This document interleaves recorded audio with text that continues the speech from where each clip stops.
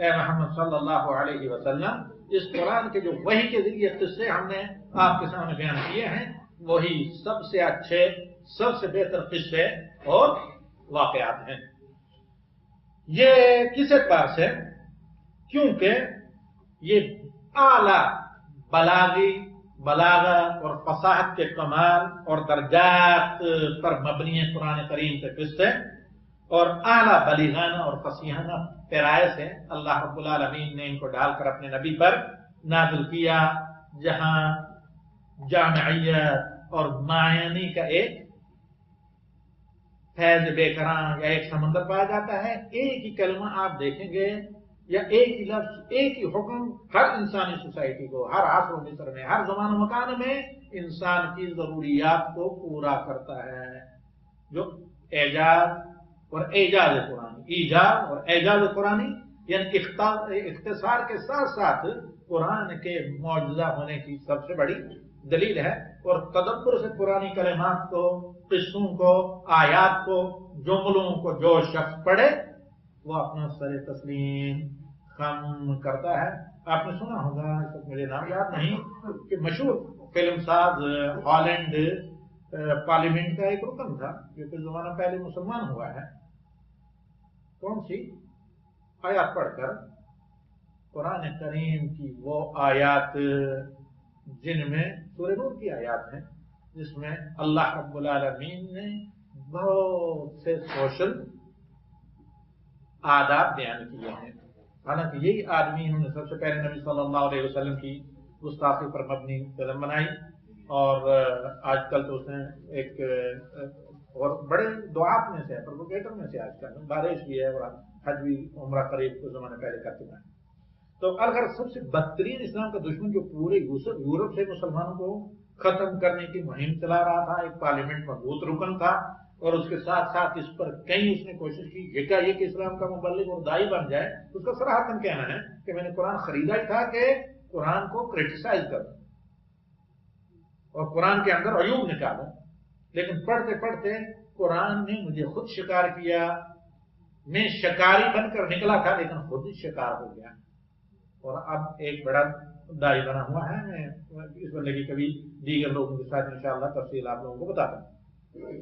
تو الغرض قرآن قصے اپنی جامعیت اور معنی اور تاثیر اور صداقت کے اعتبار سے سب سے اچھے قصے قرآن کے ہیں، بشرطے کہ مسلمان تام اور جیری کی بجائے اور دیگر قصے اور واقعات جو ہے بلی کے بجائے ان قصوں کو پڑھیں. انبیاء اور صالحین کے قصے کو پڑھیں.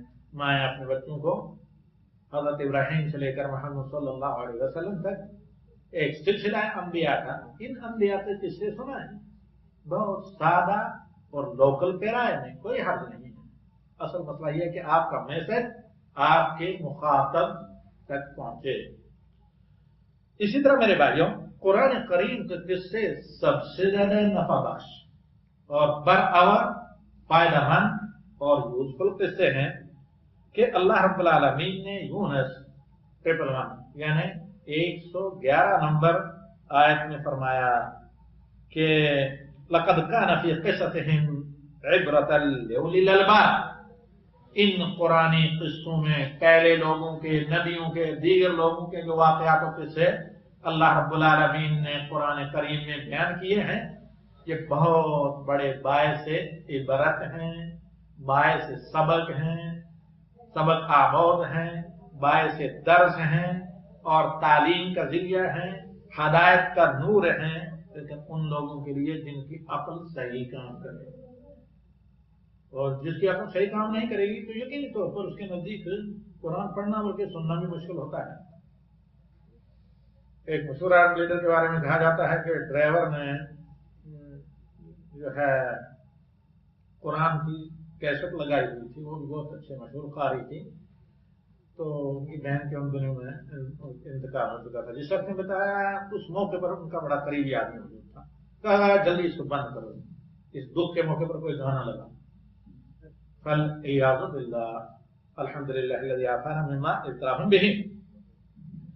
تو اسی طرح میں عرض کر رہا تھا کہ سب سے زیادہ نفع بخش قصے ہیں، کیونکہ اللہ تعالیٰ نے کہا لقد کان فی قصصہم عبرۃ لأولی الالباب.